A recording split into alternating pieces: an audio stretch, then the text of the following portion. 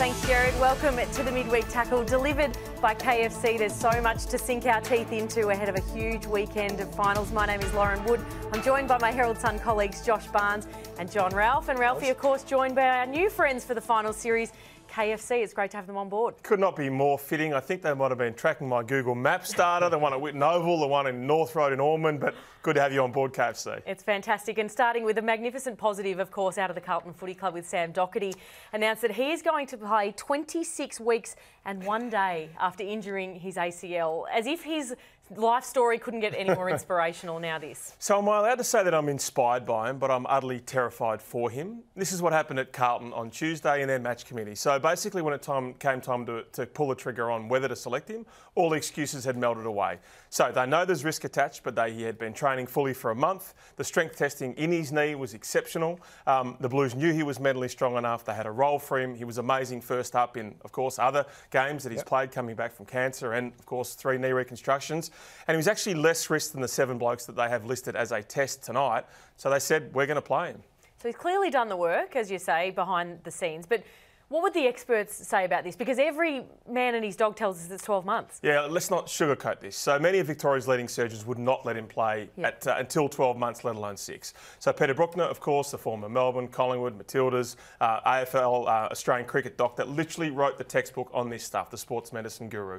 He said today that no one can quantify the risk because there's no data on this. Almost no players have ever come back. He says clearly it's a heightened danger. His quote tonight, though, it's a gamble. The odds are that he will get through, but what risk are you prepared to accept? Most surgeons think 12 months is more appropriate. It is all about risk-reward.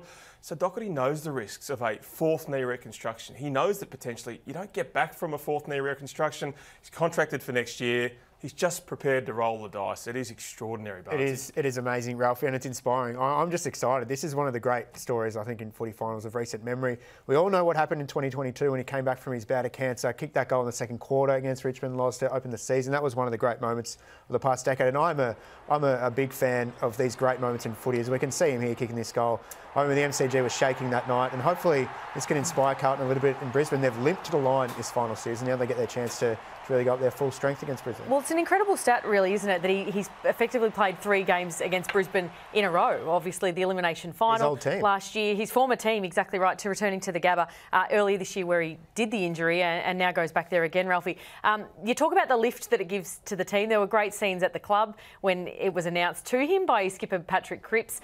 We see that here. All of the players, of course, in the spa or the pool. I'm not quite sure what temperature's going on there, but they're jam-packed in, and he sort of mentioned that he might have been out for a different reason, fearing he might have been drowned in that moment of celebration. But geez, the risk, I just can't get past the risk. I don't want to be a naysayer on this, Ralphie, but it's an incredible story on one hand, but gee, there'll be some nervous, I would imagine, Blues fitness staff this week. No doubt. Look, I think of the fans as well. I think about who he's going to replace. And so if he replaces the likes of Jackson Binns, Ashton Moya, Jack Carroll, Jordan Boyd, Jack Martin, I think all Carlton fans would say, yep, tick the box, tick the box. But if it is instead of a Tom De Koning, or if it is instead of an Adam Chera, imagine a De Koning misses out. He's like, hang on.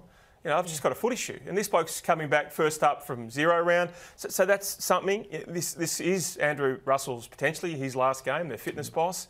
Imagine the issues there if it doesn't get up. I mean, I just think we have to be responsible to say this could be so extraordinary, but there's challenges there as well. And so I think the issue will be if they don't pick the likes of Adam Chera or they don't pick Harry Mackay or any of those players, I think it's great today.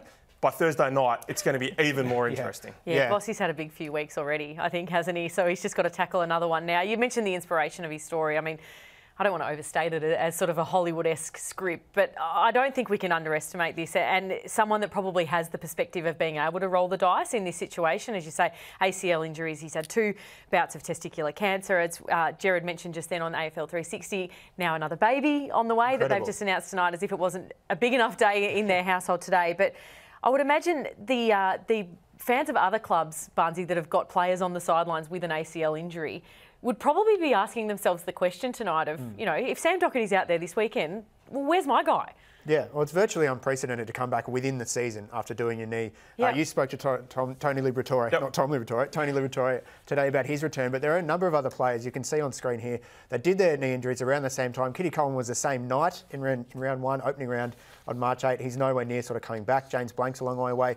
Jack Silvani plays on the same team. He was a long time before that. Dan McStay came back after 232 days. It's taking Sam Docherty 183 days. So there's a number of players who aren't at the same level as him. It's freakish what Docherty's doing. And Bailey Smith's the other one that stands out there. I think a number of people in the footy industry are wondering why he's not playing in a team that is going to be playing finals and he's not in the mix. Yeah, I'm pretty astounded by that one. I mean, there's obviously the trade layer to it, and you talk to people at the Bulldogs and they just say that he's in a completely different boat to the likes of Dan McStay and now Sam Docherty, and that he potentially wouldn't be ready. But you'd have to say, I mean, he's declaring that he's ready on his Instagram account, and we know that he loves communicating through that too, that if they make a preliminary final, I mean, it has to be part of the plans, doesn't it? Well, no, he's not playing. He's been training. Adam Treloar said he's training really well, but I don't think he's anywhere near as advanced. As Brookner said, it's not about luck, it's about genetics. And so, you know, it's not that we say we'll give you 4 weeks and then you move to the next activity. It's when you tick a box, whatever that trigger is, then you progress. Some players get swelling, some players have setbacks. You know, James Blank had multiple infections, the Hawthorn player. So, look, I understand why fans are asking about it, but it's just not fair to say that some players are, you know, unnecessarily delaying themselves. So Tony came back, Tony Liberatore, around 5 knee reco. He came back 18 weeks later in round 21. Incredible. And as he said, I just pushed and rolled through. His point on Sam Docherty, it's not just, you know, the luck that you have or your genetics, it's the mental strength. He says he has to go out there and rip, tear, bust. He has to go out there and not hesitate. And he believes that he'll do it. As he said, I was in a very similar situation to him. I knew if my ACL went, it was probably career over for me. It's not quite that situation for Sam, but I think Sam's brave enough, courageous enough to go out there and give his all, knowing what could happen. Yeah, and I think for any Carlton player too, to look across and see him there, you know, I mean, we're inspired and we're sitting at a desk. So an incredible story for him.